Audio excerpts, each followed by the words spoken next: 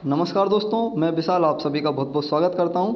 और साथियों, जैसा कि आप जानते हैं कि पर्यावरण ईबीएस यानी कि हम सीरीज़ चला रहे हैं और ये सीरीज़ है, यह है एमपीटेट एंड सीटेट के लिए काफ़ी ज़्यादा महत्वपूर्ण। जैसा कि आप जानते हैं कि इससे पहले हम सौरमंडल यानी पृथ्वी और सौरमंडल से संबंधित दूसरा पार्ट हम कंप्लीट कर चुके थे। आज ये हमारा तीसरा पार्ट रहेगा, सौरमंडल और पृथ्वी से संबंधित। और आप देख पा रहे हैं सामने आप कुछ टॉपिक लिखे हुए हैं जिनके बारे में आज हम काफ़ी ज़्यादा अच्छे तरीके से चर्चा करने वाले हैं। और very important for MPTET CTET exam this topic. ये टॉपिक काफ़ी इम्पोर्टेंट है आप सभी के लिए, क्योंकि यहाँ से क्वेश्चंस 100% बनना ही बनना है। आज हम देखेंगे तारामंडल क्या होता है, ठीक है। तारामंडल के साथ में देखने वाले हैं आप कि ये चांद यानी कि जो पृथ्वी का हमारा उपग्रह है ये क्या होता है, इससे संबंधित कुछ महत्वपूर्ण तथ्य देखेंगे आप। साथ में अंतरिक्ष क्या है और अंतरिक्ष में किस तरह क्या घटनाएं होती हैं, क्या होता है, तो वो हम इसके बारे में भी जानने वाले हैं। गुरुत्वाकर्षण बल जानेंगे, साथ में गुरुत्व क्या है उसको भी जानेंगे। तो आप लास्ट तक हमारे साथ बने रहें। और अगर इससे पहले की वीडियोस और इनसे पहले के पार्ट यदि आपने नहीं देखे हैं तो आप उनको भी जाकर जरूर देख लीजिए। इनकी लिंक आपको डिस्क्रिप्शन में मिल जाएगी, तो आप यहाँ से भी इनको निकाल कर देख सकते हैं। चलिए आइए शुरू कर देते हैं हमारे इस टॉपिक को। तो देखिए, सबसे पहले आपको दिखाई दे रहा है, आपके सामने स्क्रीन पर मौजूद है, क्या दिखाई दे रहा है आपको, तारामंडल और नक्षत्र मंडल। तो देखिए, तारामंडल को ही हम कहते हैं नक्षत्र मंडल।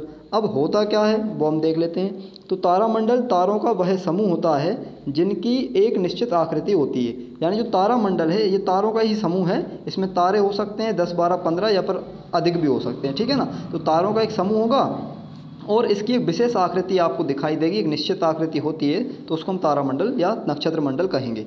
अब किस तरह से क्या क्या होते हैं तो वो हम देख लेते हैं। तो देखिए, इसमें सबसे पहले आपको दिखाई दे रहा है, पहला है ग्रेट बियर। तो ये भी एक तारामंडल है या नक्षत्र मंडल है। पहला नाम दिया है आपको ग्रेट बियर, या फिर इसी को हम सप्तर्षि भी बोलते हैं, या फिर उर्सा मेजर भी इसी को हम कह सकते हैं। तो सप्तर्षि, ज़्यादातर नाम सप्तर्षि सुना होगा आप लोगों ने, तो ग्रेट बियर भी आप याद रखिए, साथ में उर्सा मेजर भी याद रखना होगा, ठीक है। तो देखिए, अब ये सप्तर्षि होता क्या, नाम से दिखाई दे रहा है सप्तर्षि यानी 7 तारों का समूह। तो ये क्या है, 7 तारों का समूह है। ये गर्मियों में आकाश के उत्तरी भाग में हमें दिखाई देता है। देखिए, यहाँ पे खास बात क्या है कि भाई ये 7 तारों का समूह है और उत्तरी भाग में दिखाई देता है। कब, जब गर्मियाँ पड़ती हैं, यानी गर्मियों के मौसम में आकाश में यदि आप देखेंगे उत्तर साइड, तो आपको ये सप्तर्षि तारों का एक समूह दिखाई दे जाएगा, ठीक है। ये कलछी या प्रश्न चिन्ह जैसा दिखाई देता है। आपने देखा वो 7 तारों का समूह इस तरह से आकाश में ऐसा आकार का दिखाई देता है, यानी कि क्वेश्चन मार्क के जो निशान होते हैं उसकी तरह दिखाई देता है, ठीक है ना। ये इसकी आकृति होती है, कलछी आकृति या प्रश्न चिन्ह जैसी आकृति होती है, ठीक। तो ये हो गया सप्तर्षि। अब हम बात करेंगे इसके अगले वाले अगला जो इसके प्रकार हैं, उन अगले प्रकार में हम देखेंगे कि ओरायन क्या होता है, ठीक है। तो ओरायन या शिकारी नाम का तारामंडल तो ओरायन या शिकारी नाम का जो तारामंडल है ये 8 तारों का क्या है, समूह है। इस समूह के अंदर 8 तारे पाए जाते हैं, ठीक है ना। और ये जो तारा है यानी ओरायन या शिकारी जो तारामंडल है ये सर्दियों में दिखाई देता है हमें। कब देता है, वो भी आधी रात को, यानी कि मध्य रात्रि में ये हमें दिखाई देता है 8 तारों का समूह, ठीक। तो ओरायन कहते हैं। क्वेश्चन आपके इस तरह से बन सकते हैं कि 8 तारे के समूह को कौन सा समूह कहते हैं, तो इसको शिकारी तारामंडल या ओरायन तारामंडल कहेंगे, ठीक है ना। 7 तारों के समूह को सप्तर्षि कहते हैं, ठीक। उर्सा मेजर भी कहते हैं। तो ऐसे कुछ नाम आपको ध्यान रखना है। ग्रेट बियर भी कहते हैं 7 तारों के समूह को, ठीक है ना।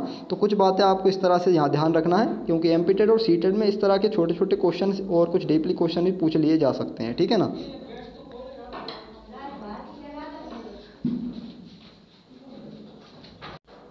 तो देखिए, अब हम देखेंगे अगला समूह, जो तारामंडल है अगला, इसको हम कहते हैं कैसियोपिया, ठीक है। तो इसका नाम क्या है, कैसियोपिया है। अब ये होता क्या है, किस तरह का होता है वो आप समझिए। डब्ल्यू या एम के बिगड़े रूप में जैसा दिखाई देता है, यानी डब्ल्यू या एम के जैसा ये दिखाई देगा। इसकी आकृति कुछ इस तरह से होती है, ठीक है ना। या तो डब्ल्यू के आकार का दिखाई देगा या फिर एम के आकार का दिखाई देता है। और बिगड़ा हुआ रूप है, यानी बिल्कुल सही तरीके का एम डब्ल्यू नहीं होता है, थोड़ा हल्का सा आकृति बनी हुई दिखाई देती है। कैसियोपिया नाम का जो तारामंडल है, ठीक है ना, उसमें।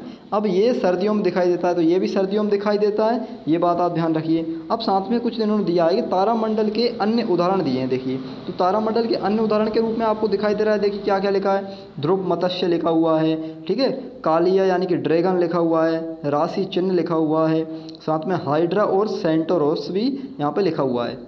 यानी कि ये कुछ तारामंडल हैं जो कैसे हैं, मतलब सभी तारामंडल के रूप में कहलाते हैं, ठीक है ना। ये भी तारों के क्या है, समूह है। तो ध्रुव मत्स्य, ये मत्स्य जैसा आकार का कुछ होगा, ठीक है। कालिया यानी ड्रैगन, राशि चिन्ह, हाइड्रा और सेंटरस, ये आपको नाम याद रखना है, ठीक है ना। तो यहाँ से ये हमारा टॉपिक ये इसमें क्लियर हो गया। अब इसके बाद बात करेंगे हम चांद की। चांद हम जानते हैं पृथ्वी का इकलौता प्राकृतिक उपग्रह होता है, यानी जो पृथ्वी का एक उपग्रह है, केवल एक ही उपग्रह हमारे पास, ठीक है ना, पृथ्वी के पास, तो ये चांद होता है। ये पृथ्वी का इकलौता प्राकृतिक उपग्रह है। ये अपने अक्ष पर घूमते हुए पृथ्वी का चक्कर काटता है। देखिए अपने अक्ष पर ये घूमता रहता है, ठीक, और फिर पृथ्वी के भी चारों तरफ राउंड लगाता है, ठीक है ना। मैंने आपको बताया था भाई जो अपने अक्ष पे घूमते हैं उसको घूर्णन कहते हैं, और जब पूरा घूम जाते हैं किसी दूसरे ग्रह के चारों ओर या सूर्य की परिक्रमा, उसको परिक्रमा कहते हैं, ठीक है, परिक्रमण कहते हैं।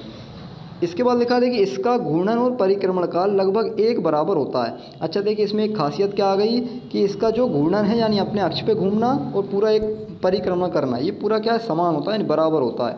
परिक्रमण काल और घूर्णन काल दोनों क्या है, समान, लगभग 27 दिन 8 घंटे का होता है। यानी ये 27 दिन 8 घंटे में पूरा घूम जाता है अपने अक्ष पर, और साथ में ही परिक्रमण काल इसका, ठीक है, 27 दिन 8 घंटे में ये पूरा परिक्रमा कर लेता है। ये बातें कुछ ध्यान रखने वाली हैं यहाँ से। अब देखिए आगे यहाँ पे इंपॉर्टेंट बात क्या आ रही है वो हम देख लेते हैं। तो आगे इसमें लिखा है कि इसलिए हम पृथ्वी से चंद्रमा का केवल एक भाग ही देख सकते हैं। इसका अपना प्रकाश नहीं होता है, ये सूर्य के प्रकाश को परावर्तित करता है, इसलिए हम उसके उसी भाग को देख पाते हैं जिस भाग से सूर्य का प्रकाश परावर्तित होकर हम तक पहुंचता है। यानी कि जो प्रकाश सूर्य पे जाकर चंद्रमा पर जाकर टकराएगा, चंद्रमा पर से टकराकर वो क्या होता है, परावर्तित होता है, और परावर्तित होने के बाद हमारी आंखों पर आकर प्रकाश लगता है, ठीक है, और अपनी आंखों पर जब प्रकाश आएगा तो वो हमें चंद्रमा फिर वहाँ पे दिखाई देने लगता है, ठीक।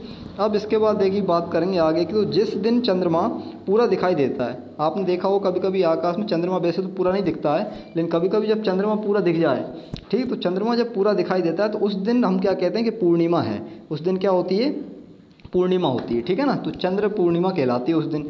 जिस दिन चंद्रमा दिखाई नहीं देता उस दिन को हम क्या कहते हैं, अमावस्या कहते हैं। जिस दिन चंद्रमा बिल्कुल ही नहीं दिखाई देता उसको हम क्या कहते हैं, अमावस्या कहते हैं, और पूरा दिखाई देता है तो उसको हम पूर्णिमा कहते हैं। तो ये कुछ बातें आपको ध्यान रखने वाली हो गई, ठीक है, इंपॉर्टेंट है काफ़ी ज़्यादा, ठीक। अब इसके बाद देखिए एक पूर्णिमा और एक अमावस्या में 15 दिनों का अंतर होता है, यानी एक पूरी पूर्णिमा और एक अमावस्या, इन दोनों के बीच में कितने दिन का अंतर होगा, 15 दिनों का अंतर होता है। तो ये भी एमपीटेट की दृष्टि से काफ़ी ज़्यादा इम्पोर्टेंट है, ठीक है। अब इसके बाद देखिए इन 15 दिनों में चंद्रमा की अलग अलग आकृतियाँ दिखाई देती हैं। अब ये जो 15 दिन होते हैं, बीच का जो 15 दिन का अंतर है, उस 15 दिन में यानी कि एक दिन निकला, दूसरा दिन निकला, तीसरा दिन गुजर गया, तो इस तरह से इनकी आकृतियाँ बदलती रहती हैं चंद्रमा की, ठीक है ना। चलिए देखिए आगे बात करेंगे चंद्रमा पर वायुमंडल का अभाव। तो हम जानते हैं कि वायुमंडल हर जगह नहीं पाया जाता है, तो वायुमंडल का अभाव है किस पर, चंद्रमा पर, ठीक। अभाव मतलब कमी है। यहाँ पर ना पानी है और ना ही यहाँ पर हवा है। चंद्रमा पर ना तो पानी है और ना ही क्या है, हवा है, ठीक है ना। इसकी सतह ऊबड़ खाबड़ है, इसकी जो सतह है वो भी कैसी, ऊबड़ खाबड़, यानी पहाड़ों जैसी, पर्वत जैसी इसकी सतह होती है। तो इसकी सतह पर पर्वत, मैदान, गड्ढे पाए जाते हैं चंद्रमा पर, ठीक है ना, जिनकी छाया पूर्णिमा वाले दिन दिखाई देती है। तो इनकी जो छाया होती है वो हल्की सी पूर्णिमा वाले दिन हमें दिखाई देती है। आपने देखा होगा जब चंद्रमा पूरा दिखाई देता है तो उस दिन चंद्रमा में कोई काले काले धब्बे भी आपको दिखाई देते हैं, तो वो छाया होती है एक तरह से, ठीक है ना। चलिए ये अब बात करते हैं, देखिए इसके कुछ संबंधित कुछ अच्छे तथ्य हैं यहाँ पर कुछ चंद्रमा से रिलेटेड, तो वो हम देख लेते हैं, ये काफ़ी इंपॉर्टेंट हो जाएंगे, ठीक है ना। देखिए चंद्रमा का अध्ययन क्या कहलाता है, सेलेनोलॉजी कहलाता है। तो सेलेनोलॉजी इसको हम कहते हैं, ये बात आपको अच्छे से ध्यान रखने वाली हो गई, ठीक, क्योंकि ये इंपॉर्टेंट टॉपिक है और इसमें से लगभग मान लीजिए आपके बिल्कुल परीक्षा में बन सकते हैं क्वेश्चन, ठीक है ना। तो चंद्रमा का अध्ययन क्या कहलाता है, सेलेनोलॉजी कहलाता है, ये बात आपको ध्यान रखना है। इसके बाद जीवाश्म ग्रह भी कहते हैं, भाई इसको चंद्रमा को हम क्या कहते हैं, जीवाश्म ग्रह भी कहते हैं। सेलेनोलॉजी क्या कहते हैं, इसके अध्ययन को कहते हैं, जीवाश्म ग्रह भी कहते हैं इसको। इसका व्यास पृथ्वी के व्यास का लगभग 1/4 होता है, ये बात आपको ध्यान रखना है, ठीक, कि 1/4 भाग होता है व्यास किसका, चंद्रमा का, पृथ्वी के व्यास से, ठीक। इसका द्रव्यमान पृथ्वी के द्रव्यमान का क्या होता है, 8वां भाग होता है, भाई मतलब जो वजन है, द्रव्यमान मतलब वजन एक तरह से। तो चंद्रमा का द्रव्यमान कैसा है, पृथ्वी के वजन से यानी पृथ्वी के द्रव्यमान का लगभग 8वां भाग है, ठीक है। तो इसके बाद देखिए इसका गुरुत्वाकर्षण बल पृथ्वी के गुरुत्वाकर्षण बल का भी क्या है, 1/6 भाग है, यानी कि 6वां भाग, ठीक। तो ये 4, 2, 3 पॉइंट ऐसे हो गए, यानी पूरी पॉइंट ऐसे मान लीजिए आप, बहुत ज़्यादा इंपॉर्टेंट है अपने लिए, ठीक है ना। सेलेनोलॉजी क्या कहते हैं, अध्ययन को कहते हैं, जीवाश्म ग्रह भी कहते हैं चंद्रमा को। 1/4 भाग होता है इसका व्यास पृथ्वी से, ठीक, और चंद्रमा का जो द्रव्यमान है वो भी 8वां भाग होता है द्रव्यमान से पृथ्वी के, और गुरुत्वाकर्षण बल जो है वो भी 1/6 भाग होता है किससे, पृथ्वी के गुरुत्वाकर्षण बल से, ठीक है ना। यानी खींचने की जो क्षमता है वो थोड़ी कम रहती है चंद्रमा की, ठीक। अब इसके बाद देखिए चंद्रमा पृथ्वी से कितनी दूरी पर है, तो पृथ्वी से जो है चंद्रमा कितनी दूरी पर, 3,84,000 किलोमीटर। ये पॉइंट भी अच्छा है, ठीक है। 3,84,000 किलोमीटर दूर है कौन, चंद्रमा पृथ्वी से। अब चंद्रमा से पृथ्वी तक के प्रकाश को पहुंचने में 1 मिनट 28 सेकंड लगते हैं, ठीक है। तो ये बात आपको ध्यान रखना है, चंद्रमा से पृथ्वी तक जो प्रकाश आता है, जो हमें जैसे ही चंद्रमा जब रात में दिखाई देता है उसका प्रकाश जब ज़मीन पर पहुंचता है तो पृथ्वी पर आने में कितना समय लग जाता है, 1 मिनट 28 सेकंड लग जाते हैं। तो ये अच्छी बात है, इसको आपको ध्यान रखना है, ठीक है ना, 1 मिनट 28 सेकंड, ठीक। इसके बाद पहले व्यक्ति जिन्होंने चंद्रमा पर कदम रखा, यानी पहला ऐसा कौन सा व्यक्ति जिसने पहली बार चंद्रमा पर कदम रखा, पहली बार चंद्रमा पर उतरा, तो उसका नाम है नील आर्मस्ट्रांग। ये नाम आपने काफ़ी सुना होगा, विविध वगैरह में, ल्यूसेंट की बुक में आप सभी ने पढ़ रखा होगा। तो नील आर्मस्ट्रांग पहले व्यक्ति थे जो चंद्रमा पर गए थे, ठीक है ना। और ये कब गए थे, 1969 में गए थे भाई, 21 जुलाई 1969, ठीक है। तो ये आपको डेट भी यहाँ पे ध्यान रखना है, डेट भी आप ध्यान रख सकते हैं, और साथ में नीला आर्मस्ट्रांग, इसका नाम याद रखिए। इसके बाद दूसरे व्यक्ति जिन्होंने चंद्रमा पर कदम रखा, दूसरे व्यक्ति हैं एल्ड्रिन। तो एल्ड्रिन आप नाम याद रखिए, एल्ड्रिन, ये 21 जुलाई 1969 को। तो ये भी देखिए साथ में ऐसा मान सकते हैं, उसी डेट को ये भी गए थे साथ में, ठीक है ना। जब थोड़ा लेट पहुँचे होंगे तो ऐसा हम कह सकते हैं। तो नील आर्मस्ट्रांग और एल्ड्रिन, ये 2 व्यक्ति के नाम याद रखना है जो चंद्रमा पर गए। पहले नंबर पर आर्मस्ट्रांग है और दूसरे नंबर पर एल्ड्रिन है। साथ में एक और पॉइंट इसमें अच्छा है कि भारत का पहला अंतरिक्ष यान जो चंद्रमा पर भेजा गया था। तो भारत का ऐसा कौन सा पहला अंतरिक्ष यान था जो चंद्रमा पर गया था, तो चंद्रयान नंबर फर्स्ट, ये आपको ध्यान रखना है। चंद्रयान नंबर फर्स्ट जो है 2008 में इसको चंद्रमा पर भेजा गया था पहली बार, ठीक। तो ये आपका एक काम के पॉइंट हो गए, काफ़ी इंपॉर्टेंट थे सभी, और ये चंद्रमा से रिलेटेड थे, ठीक है ना। अब यहाँ पे हम बात करेंगे अंतरिक्ष के बारे में, तो कुछ बातें अंतरिक्ष की ओर देख लेते हैं। देखिए इसमें से क्या बन सकते हैं क्वेश्चन, वो हम समझेंगे। तो आपको दिखाई दे रहा है पृथ्वी के वायुमंडल के बाहर जो असीमित और अनंत आकाश दिखाई देता है उसे हम अंतरिक्ष कहते हैं। यानी पृथ्वी के बाहर, ऊपर वायुमंडल के बाहर निकल जाओ आप, जो कुछ भी आपको दिखाई देगा वो पूरा ही क्या है, अंतरिक्ष है, ठीक है ना। अब यहाँ वायु नहीं पाई जाती, जो अंतरिक्ष होता है यहाँ पे हवा बिल्कुल ही नहीं होती। मतलब आदमी अगर मान ली वहाँ पे पहुँच गया, गलती से वहाँ से अगर नीचे गिर रहा है तो वहाँ पे वहीं पे लटक के रह जाएगा, मतलब वो ना तो नीचे आ पाएगा ना ही ऊपर जा पाएगा, ठीक है, क्योंकि वहाँ पे हवा नहीं है, वहाँ पे कोई तैर नहीं सकता है, ठीक। वहाँ पे हवा में इस तरह से मतलब व्यक्ति एक तरह से टंगा रहता है, ऐसा आप मान लीजिए, ठीक है ना। तो ये अंतरिक्ष की कुछ बात ही थी यहाँ पे, कि वायु नहीं होती, यहाँ पे निर्वात पाया जाता है, ठीक है ना। यहाँ गुरुत्वाकर्षण बल भी नहीं होता। देखिए अंतरिक्ष में गुरुत्वाकर्षण बल भी नहीं होगा, क्योंकि वहाँ पे कोई आसपास उसके पास कोई पिंड नहीं होता है, इसलिए इसका गुरुत्वाकर्षण बल भी नहीं है कोई फिलहाल में, जिसके कारण यहाँ हर चीज़ तैरती हुई नज़र आती है। यहाँ तक कि अंतरिक्ष यात्रियों के बाल हमेशा खड़े रहते हैं। अगर यहाँ पे कोई अंतरिक्ष यात्री पहुँच जाए, मान लीजिए कोई आदमी पहुँच जाए, तो वो आदमी के बाल हमेशा यहाँ पे क्या रहेंगे, खड़े रहते हैं, ठीक है। अंतरिक्ष यान तो यहाँ पे जो है ना बाल हमेशा कैसे रहते हैं, खड़े रहते हैं व्यक्ति के, क्योंकि वहाँ पे हवा नहीं है, तो बाल हमेशा हवा में उड़े हुए खड़े ऐसे दिखाई देते हैं, ठीक है ना। यहाँ चीज़ों को टिकाए रखने के लिए उनको बांध कर रखना पड़ता है। अगर आप किसी वस्तु है या कोई खाने की सामग्री है, तो अगर उसको बांध कर नहीं रखेंगे या पकड़ के अच्छे से नहीं रखेंगे पैक कर तो मतलब उड़ जाएगी वहाँ से, पता नहीं चलेगा, भले हवा नहीं है लेकिन वो दिखेगी नहीं आपको, ठीक है ना। अंतरिक्ष से देखने पर पृथ्वी पर सिर्फ ज़मीन और पानी ही दिखाई देता है। यानी आप अंतरिक्ष से देखोगे तो ज़मीन दिखाई देगी, साधारण सी बात है, और पानी दिखाई देगा। ऐसा नहीं कि भाई अपने घर दिखाई देने लगे सभी को, जो है तो घर नहीं दिखाई देंगे, ठीक है ना। इसके बाद अंतरिक्ष यात्री भोजन आदि को पेस्ट के रूप में ट्यूब में भरकर ले जाते हैं। देखिए ये बात आपको अच्छे से याद रखना है कि अंतरिक्ष यात्री जो भोजन करते हैं, अंतरिक्ष यात्री अंतरिक्ष यान के अंदर बैठकर, तो वो ट्यूब के रूप में भरकर उसको भोजन को करते हैं, ठीक है ना। पेस्ट के रूप में भर लेते हैं ट्यूब में और फिर उस भोजन को प्रयोग करते हैं। इसके बाद थोड़ा और अगर हम नज़र डालें अंतरिक्ष से पहले की कुछ बातों पर, तो वो और हमें देखना ज़रूरी हो जाएगा। देखिए अंतरिक्ष में जाने वाले पहले पुरुष, यानी अंतरिक्ष में पहुंचने वाला पहला पुरुष कौन था, यूरी गैगरिन। तो यूरी गागरिन नाम भी लिखा रहता है, रूस के थे, 1961 में ये पहली बार अंतरिक्ष में गए थे, यूरी गागरिन। इसके बाद अंतरिक्ष में जाने वाली प्रथम महिला, तो प्रथम महिला जो थी वो थी वेलेंटिना, ठीक है, नाम आपने सुना होगा, वेलेंटिना थी, ठीक। और तेरेस्कोवा, यानी रूस की तेरेस्कोवा की थी ये, वेलेंटिना तेरेस्कोवा नाम था इनका, और रूस की थी। 1963 में ये पहली बार अंतरिक्ष में गई थी, ठीक है ना। इसके बाद अंतरिक्ष में जाने वाले पहले भारतीय पुरुष, तो अंतरिक्ष में जाने वाले पहले भारतीय पुरुष राकेश शर्मा थे। ये बात आप ध्यान रखना है कि अंतरिक्ष में पहली बार जो पुरुष गया था वो कौन था भाई, राकेश शर्मा नाम था इसका, ये आप ध्यान रखिए, 1984 में गया था, ठीक है ना। इसके बाद अंतरिक्ष में जाने वाली भारतीय मूल की पहली महिला यानी कल्पना चावला, तो ये भी भारतीय थी। कल्पना चावला अमेरिका की थी होने को तो, तो कल्पना चावला 1997 में गई थी, ठीक है ना। अब अंतरिक्ष में जाने वाला पहला जानवर, तो लाइका, यानी लाइका, देखिए भाई ये बात ध्यान रखिए, अंतरिक्ष में जाने वाला पहला जानवर कौन था, वो था लाइका, यानी एक कुत्ता था, लाइका नाम था इसका, 1957 में ये गया था। तो देखिए ये कुछ खास बातें हमने इसमें देखी, तो ये हमें काफ़ी ज़्यादा इम्पोर्टेंट है जानने के लिए। और इसके बाद देखिए इसमें जो है, तो देखिए अब हम जो आगे देखेंगे वो टॉपिक है अपना क्या, गुरुत्वाकर्षण बल और साथ में गुरुत्व, ठीक है। तो साथ में गुरुत्व और गुरुत्वाकर्षण को अब हम जानेंगे। तो आप देखिए हम इसको शुरुआत कर देते हैं इसकी। तो क्या है गुरुत्वाकर्षण बल? तो देखिए ब्रह्मांड में मौजूद पिंड या कण एक दूसरे को अपनी तरफ खींचते हैं। ये बात हम जानते हैं कि जो भी पिंड हम आकाश में देख रहे हैं वो सभी कैसे एक दूसरे से खिंचे हुए हैं। ये खिंचाव पिंडों या कणों में मौजूद द्रव्यमान की वजह से होता है, यानी हर एक पिंड के अंदर एक वजन है, यानी उनका द्रव्यमान है एक निश्चित द्रव्यमान। उस द्रव्यमान की वजह से क्या होता है, ये खिंचाव हमको देखने को मिलता है, ठीक है।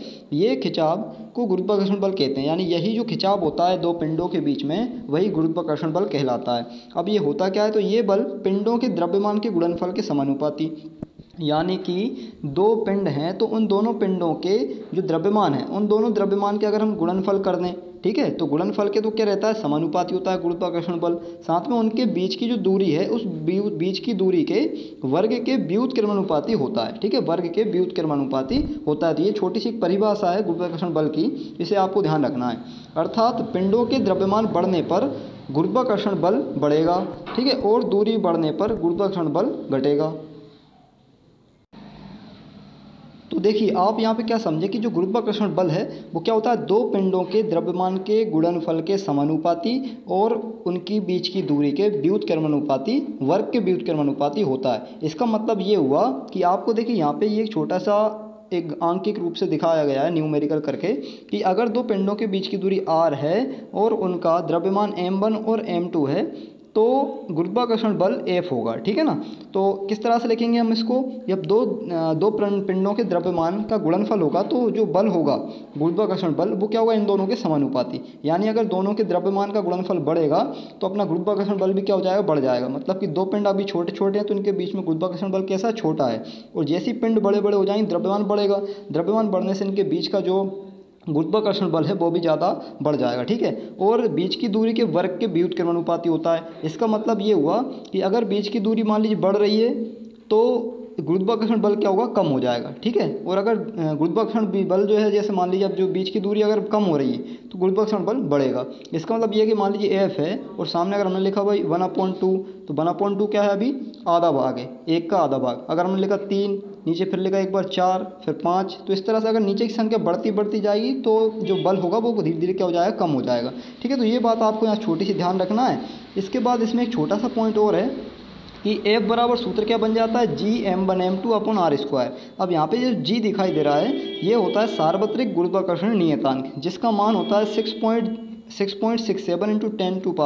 10⁻11 न्यूटन मीटर प्रति किलोग्राम स्क्वायर, ठीक है ना। तो ये पूरा आपको ध्यान रखना है, 6.67 × 10⁻11 ये क्या है, G यानी गुरुत्व का नियतांक जो दिया है यहाँ पे, गुरुत्व का मान है, ठीक है ना। द्रव्यमान बराबर क्या होता है, घनत्व इंटू आयतन, ठीक। द्रव्यमान कैसे निकालते हैं, घनत्व इंटू आयतन, या फिर घनत्व कैसे निकालते हैं, द्रव्यमान बटे आयतन। तो ये कुछ एक सूत्र आपको ध्यान रखना है। इसके बाद नाम हम देखिए अब अभी आगे आ रहा है आपके, आगे है देखिए यहाँ पे गुरुत्व, ठीक है। तो गुरुत्व के बारे में जान लें। तो गुरुत्व क्या है देखिए, तो गुरुत्व है अगर दो पिंडों में से एक पिंड पृथ्वी है तथा जिस बल के कारण पृथ्वी दूसरे पिंडों या वस्तुओं को अपने केंद्र की तरफ खींचती है उसे हम गुरुत्व कहते हैं। यानी पृथ्वी किसी भी पिंड को अगर अपनी ओर खींच लेती है तो पृथ्वी में क्या है, गुरुत्व है, ठीक है। तो गुरुत्व इसके अंदर पाया जाता है, इसलिए किसी भी वस्तु को ये अपनी ओर खींच लेती है। जैसे आपने कोई गेंद अगर जब ऊपर फेंकी तो वो नीचे आकर गिर जाती है गुरुत्व के कारण, ठीक है, क्योंकि पृथ्वी में क्या है, गुरुत्व है, ठीक। इस बल के कारण पृथ्वी की सतह से ऊपर की ओर फेंकी गई वस्तु वापस पृथ्वी पर ही आकर गिरती है, किंतु जब वस्तु अंतरिक्ष में चली जाती है तब ये बल कार्य नहीं करता है और अंतरिक्ष में वस्तुएं तैरने लगती हैं। जब वो वायुमंडल से बाहर निकल जाएगी वस्तु तो अंतरिक्ष में चली जाएगी और अंतरिक्ष में जाकर फिर वहाँ वो तैरने लगती है, फिर वापस नहीं आती है। जब कोई वस्तु पृथ्वी की ओर गिरती है और जैसे जैसे वह पृथ्वी की सतह के समीप आती है तब उसकी वेग या गति बढ़ जाती है। यानी जब वो वस्तु जो है पृथ्वी की ओर गिरती है और जैसे जैसे वह पृथ्वी की सतह के बिल्कुल धीरे धीरे पास आने लगती है तो उसका वेग धीरे धीरे क्या होता है, बढ़ता है। यानी पृथ्वी जैसे जैसे करीब कोई वस्तु आएगी तो वस्तु खींचने लगती है और तेजी से, ठीक है ना। तो उस वजह से उसका स्पीड जो है, वेग जो है वो बढ़ जाता है। वेग में आए इस परिवर्तन को त्वरण कहते हैं। वेग में आया जो त्वरण होता है, जो परिवर्तन होता है उसको हम त्वरण कहते हैं, क्योंकि हम जानते हैं परिवर्तन की दर को क्या कहते हैं, त्वरण। वेग परिवर्तन की दर को त्वरण कहते हैं। इसके बाद देखें तो देखिए ये त्वरण गुरुत्व के कारण उत्पन्न होता है। ये जो त्वरण है ये गुरुत्व के कारण क्या होता है, उत्पन्न होता है, इसलिए इसको गुरुत्वीय त्वरण कहते हैं। इसलिए इसको हम क्या कहते हैं, गुरुत्वीय त्वरण कहते हैं। तो ये बात आपको ध्यान रखना है, ठीक है ना। अब गुरुत्वीय त्वरण वस्तु के द्रव्यमान, आकार और रूप पर निर्भर नहीं करता। ये बात आपको ध्यान रखने वाली हो गई कि जो गुरुत्वीय त्वरण है वो वस्तु के द्रव्यमान पर, आकार पर, उसके रूप पर बिल्कुल भी निर्भर नहीं करता है। तो ये पॉइंट अच्छा है, ठीक है। ऑब्जेक्ट में पूछ लेते हैं गुरुत्वीय त्वरण निम्न में से किस पर निर्भर करता है या किस पर निर्भर नहीं करता है। ये 3 चीज़ याद रखिए, इनमें से निर्भर इन पर नहीं करता है। इसके लिए जी चिन्ह का प्रयोग करते हैं। जो गुरुत्वीय त्वरण है उसके लिए हम स्मॉल जी से दर्शाते हैं, ठीक है ना। इसकी जो इकाई होती है वो होती है मीटर प्रति सेकंड स्क्वायर। तो हम जानते हैं त्वरण की वैसे भी इकाई यही होती है मीटर प्रति सेकंड स्क्वायर, या फिर इसी को हम न्यूटन प्रति किलोग्राम भी कह देते हैं। इसके बाद देखिए और आगे जाएँ तो थोड़ा सा और इसमें हम आगे बढ़ते हैं तो आपको दिखाई दे रहा है, अगर समान ऊंचाई से 2 अलग अलग द्रव्यमान वाली वस्तुओं को गिराया जाए तो वायु की अनुपस्थिति में हो, मान लीजिए 2 वस्तु अगर एक साथ गिराई जाए तब दोनों में से एक समान त्वरण पैदा होगा और दोनों एक साथ पृथ्वी पर गिरेंगी। अगर वायु की उपस्थिति में दोनों वस्तुओं को गिराया जाए तब भारी वस्तु में त्वरण ज़्यादा होगा और वह पहले पृथ्वी पर आ जाएगी। यानी एक बड़ी वस्तु और एक छोटी वस्तु को एक साथ गिरा रहे हैं तो बड़ी वाली वस्तु जल्दी पृथ्वी पर आ जाएगी, ठीक है। जी का मान 9.8 प्रति मीटर प्रति सेकंड स्क्वायर। तो देखिए 9.8 मीटर प्रति सेकंड स्क्वायर, ये क्या है, जी का मान है। यानी गुरुत्वीय त्वरण का जो मान है वो कितना है, 9.8 मीटर प्रति सेकंड। परंतु भूमध्य रेखा पर यानी विषुवत रेखा पर 0 डिग्री अक्षांश भी हम इसको कहते हैं, विषुवत रेखा पर जी का मान सबसे क्या होता है, कम होता है। तो देखिए जब पृथ्वी ऐसे घूमती है तो इसकी जो बीच की जो रेखा है विषुवत रेखा, यहाँ पे क्या होता है, गुरुत्वीय मान बहुत कम हो जाता है, क्योंकि यहीं पे तो ज़्यादा घूम रही है पृथ्वी। तो यहाँ पे कोई वस्तु अगर आएगी तो बहुत दूर फेंकती है, ठीक है ना। इसलिए यहाँ पे गुरुत्वीय त्वरण कैसा है, कम है। ध्रुवों पर गुरुत्वीय त्वरण क्या होता है, बहुत ज़्यादा होता है। भूमध्य रेखीय व्यास ध्रुवीय व्यास से अधिक होता है। तो ये देखिए यहाँ पे हमने जो बातें देखी काफ़ी ज़्यादा इंपॉर्टेंट थी और आप हमारे साथ ऐसे ही बने रहिए। आज का टॉपिक काफ़ी इंटरेस्टिंग रहा होगा और आपको अगर पसंद आए तो आप इसको लाइक, शेयर एंड सब्सक्राइब जरूर करिए, ठीक है ना। और हो सके तो कुछ जैसे कमी आपको लगे या आपको कोई टॉपिक समझ में ना आए तो आप उसके लिए हमें कमेंट बॉक्स में कमेंट करके बता सकते हैं, ठीक। आपको जो भी हमसे हो सकेगा वो हम बिल्कुल करेंगे, ठीक है ना। बहुत बहुत धन्यवाद आप सभी का।